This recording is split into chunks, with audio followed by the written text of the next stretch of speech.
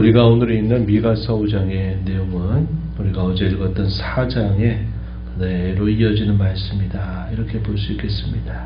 그래서 이 4장과 5장은 미가서 전체에 있어서 중요한 핵심적인 내용들을 우리에게 전달해 주고 있습니다. 만일에 하나님께서 행하실 일들, 그것은 그 오랜 세월 동안 하나님의 백성들이 역사 속에서 이루었던 그 일과는 전혀 대조적인 그런 일이 있게 되리라 하는 사실을 말씀하셨습니다. 그것은 여호와께로부터 우리에게 임하는 일이다 하는 사실을 분명히 강조했습니다. 그러다가 4장 12절 우리가 어제 읽었던 말씀 중에 하나님께서 자기 백성들 가운데 행하시는 그 일들, 이방의 나라 사람들은 여호와의 뜻을 알지 못하고 그의 계획을 깨닫지 못한다. 그래서 하나님의 백성들이 역사 속에서 당하는 진통 같은 그런 일들을 볼 때는 하나님이 살아계신 게 맞냐, 너희가 믿는 하나님이 너희를 버리신 게 아니냐, 이렇게 온갖 비난을 퍼붓게 되지만 하나님의 계획은 결코 그것이 끝이 아니다 하는 사실을 밝혀주었습니다. 그것은 하나님이 행하시는 그 일의 하나의 과정이다, 하나의 지나가는 그런 순간이다 하는 사실처럼 분명히 말씀하시면서 하나님 말일에 자기 백성들 모든 민족들 가운데 높이 세우실 것이다 하는 사실을 말씀해 주셨습니다. 그런 하나님의 이러한 계획과 뜻의 가장 핵심이 어디에 모아지느냐, 바로 하나님께서 장차 보내주실 메시아, 마치 그의 별명을 평강이다 라고 할 만큼 하나님이 보내실 그 메시아를 통해서 이 계획과 뜻을 펼쳐가신다 하는 사실을 말씀하시는 내용이 오늘 우리가 있는 5장에서 이어지고 있다 한 겁니다.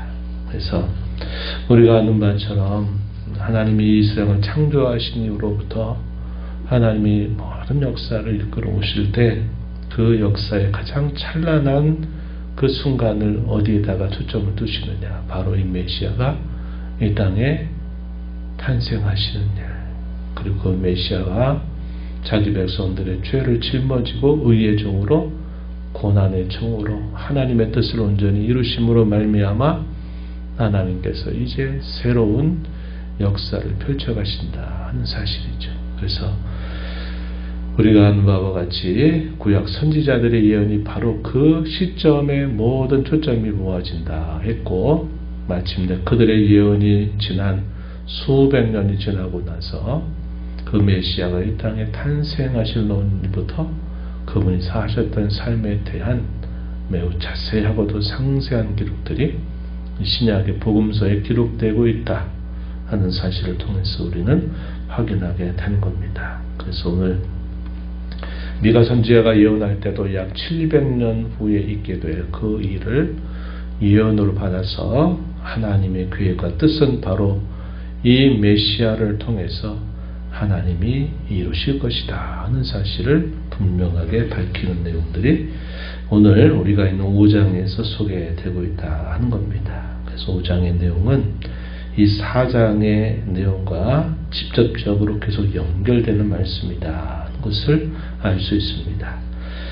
베들레헴이라고 하는 곳에서 장차 메시아가 태어날 것이다 하는 사실을 하나님이 말씀해 주시고요.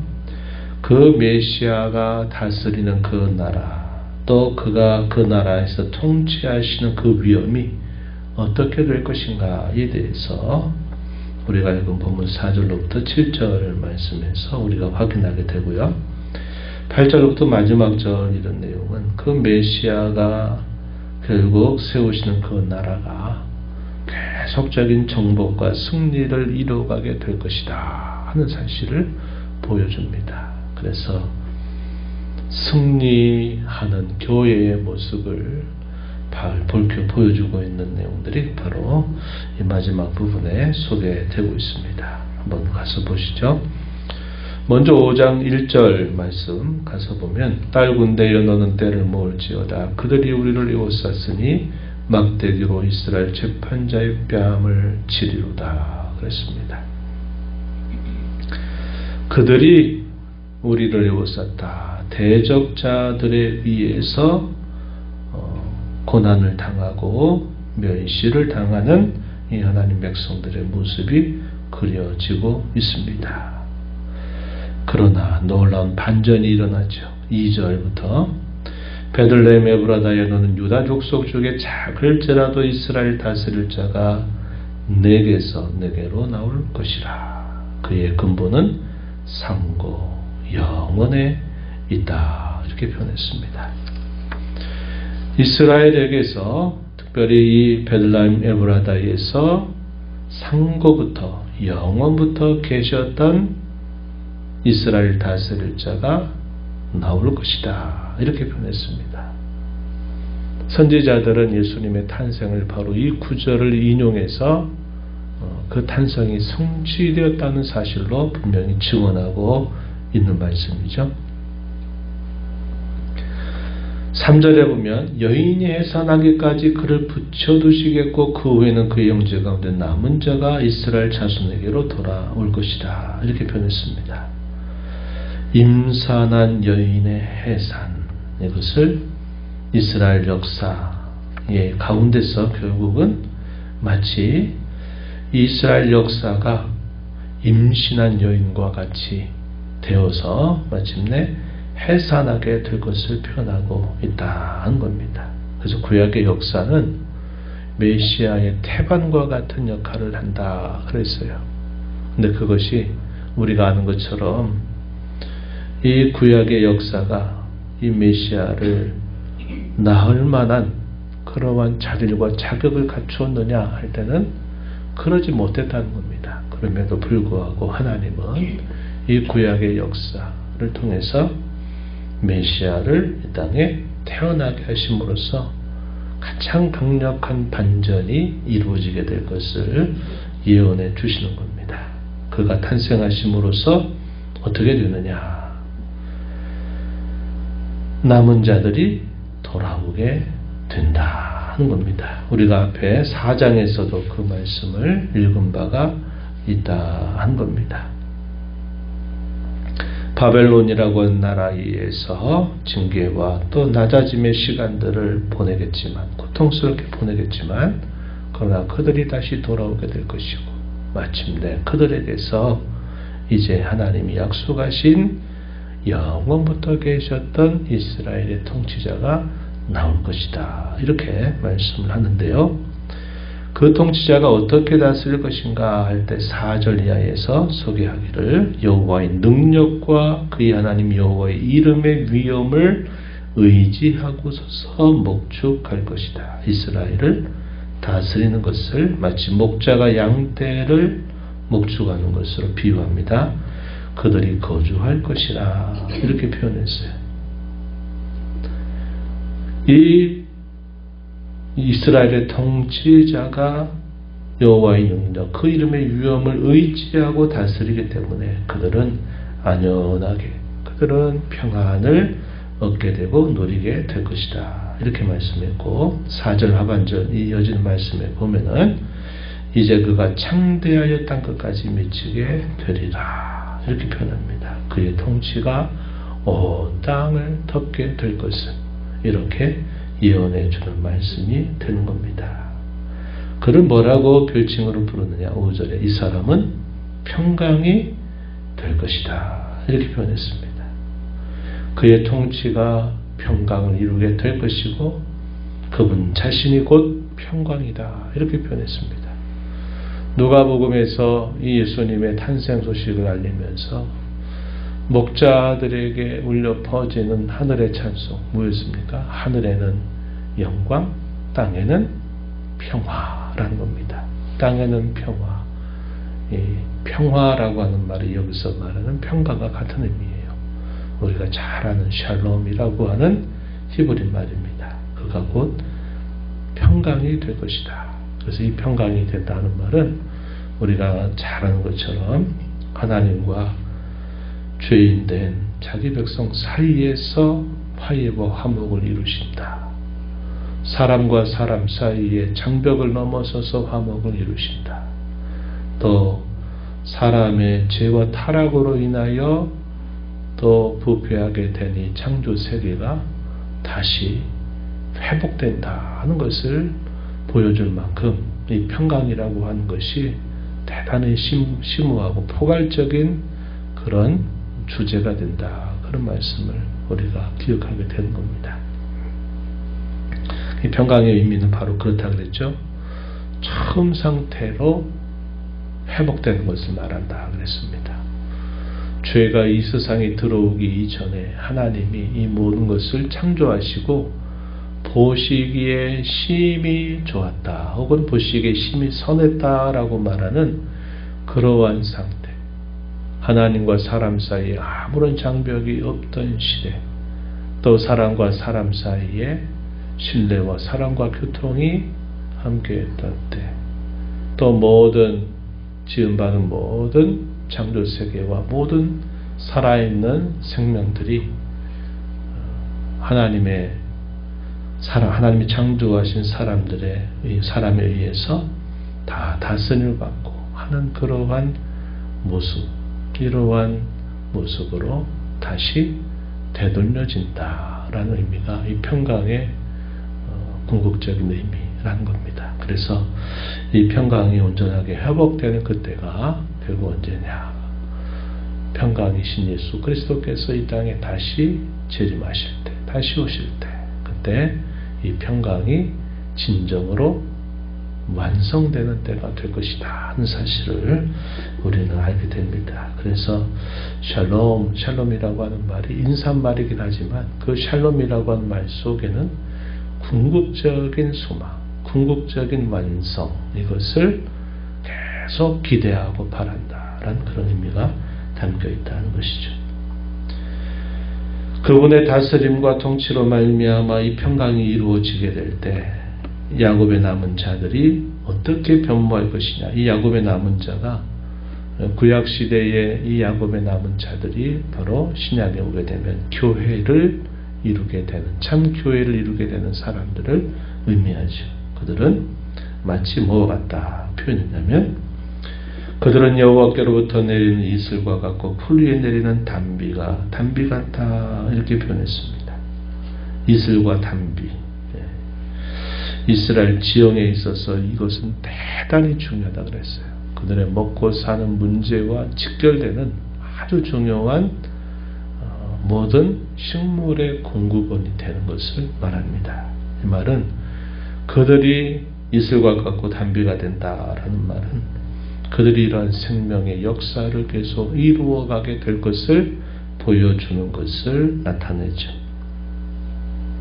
또 나아가서는 이 열국 가운데 이 야곱의 남은 자들이 무엇 같으냐, 또 하나의 비유를 듭니다. 그들은 수풀의 짐승들 중에 사자와 같을 것이다. 양떼 중에 젊은 사자와 같을 것이다. 8절에서 또 비유를 들었습니다. 이슬과 단비 같다. 이것은 생명의 역사를 이룬다라는 의미겠고, 사자 같다라고 하는 말은 뭘까요? 짐승들 중에 왕이라 부르는 사자처럼 가장 강력해지리라는 겁니다. 그 어떤 대적들에 의해서도 결코 망하지 않고 쇠하지 않고 다 이기게 되는 그런 교회의 모습을 보여주고 있다는 겁니다. 모든 원수들보다도 더 강력해지게 될 것을 표현하고 있는 겁니다. 우리가 읽은 9절에 보니까 내 손이 내 대적들 위에 들려서 내 모든 원수를 진멸하기를 바라노라 이렇게 표현되어 있어요.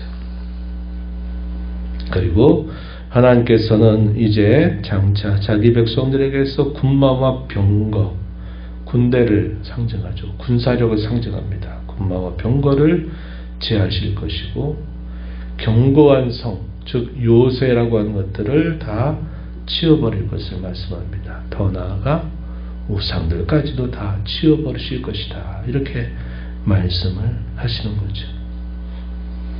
군대와 요새, 이것은 나라의 안위와 나라의 강력함을 나타내기 위해서는 반드시 있어야만 되는 것들인데 이런 것들을 다 지어버린다라는 것은 결국 하나님께서 그들의 보호자가 되시고 그들을 지키시는 자가 되실 것이고 하나님만이 진정한 신이 돼서 모든 우상들을 제어버릴 것을 말씀하신다 하는 것입니다. 이것이 메시아가 이 땅에 오시는 그 일과 함께 이루어지게 될 놀라운 변화라는 사실을 오늘 미가서 5장은 우리에게 잘 전달해 줍니다. 우리는 이 말씀을 통해서 하나님의 놀라우신 은혜를 또다시 확인합니다. 죄와 부패,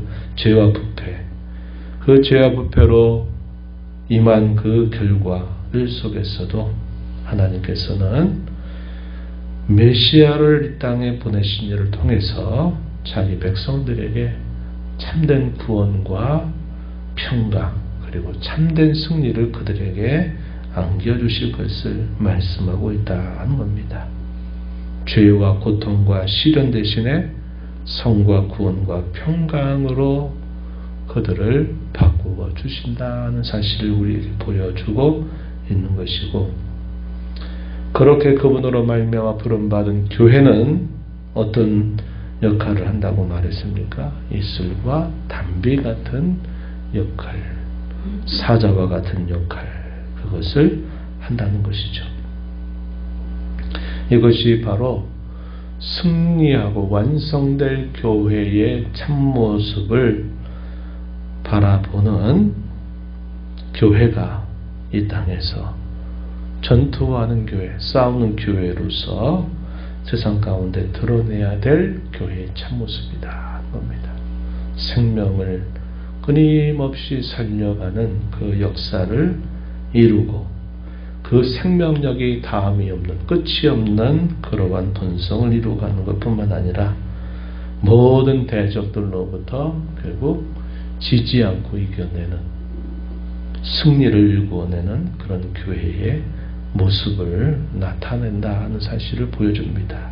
우리가 오늘 이 말씀을 통해서 저와 여러분에게 약속된 변치 않는 이 장래의 소망을 우리가 마음에 품고 이 땅에서 우리가 이루어가는 교회가 이슬 같고 담비 같은 교회, 사자 같은 교회의 면모와 위상을 잘 드러내는 그런 교회가 되도록 기도하고 또 우리에게 주어진 몫을 믿음으로 잘 감당해 나가는 저와 여러분이 되기를 바랍니다. 하나님 아버지 감사합니다. 이 새벽 시간 저희들을 깨워주셔서 오늘도 생명과 호흡을 주시고 또 저희에게 은혜를 주셔서 하나님의 말씀을 통해서 짧은 인생을 살아가는 저희들을 향하신 하나님의 놀라운 약속을 또다시 저희로 듣게 하시니 감사합니다. 이 땅에 오셨던 예수님으로 말미암아 저희에게 평강을 이루어 주시고 그 평강의 완성의 시간들을 저희가 날마다 소망 중 기다리면서 오늘도 이러한 평강의 은혜를 입고 살게 하신 주의 은혜에 감사하면서 이 땅에 이루어가는 교회가 이슬과 같고 담비와 같은 그런 교회, 사자 같은 교회를 이루어가는 저희들이 되도록 하나님 은혜 베풀어 주시옵소서. 주 앞에 나와 기도하는 심령들의 간구를 귀기를 주시고 응답해 주시기를 바라며 예수님 이름으로 기도하옵나이다. 아멘.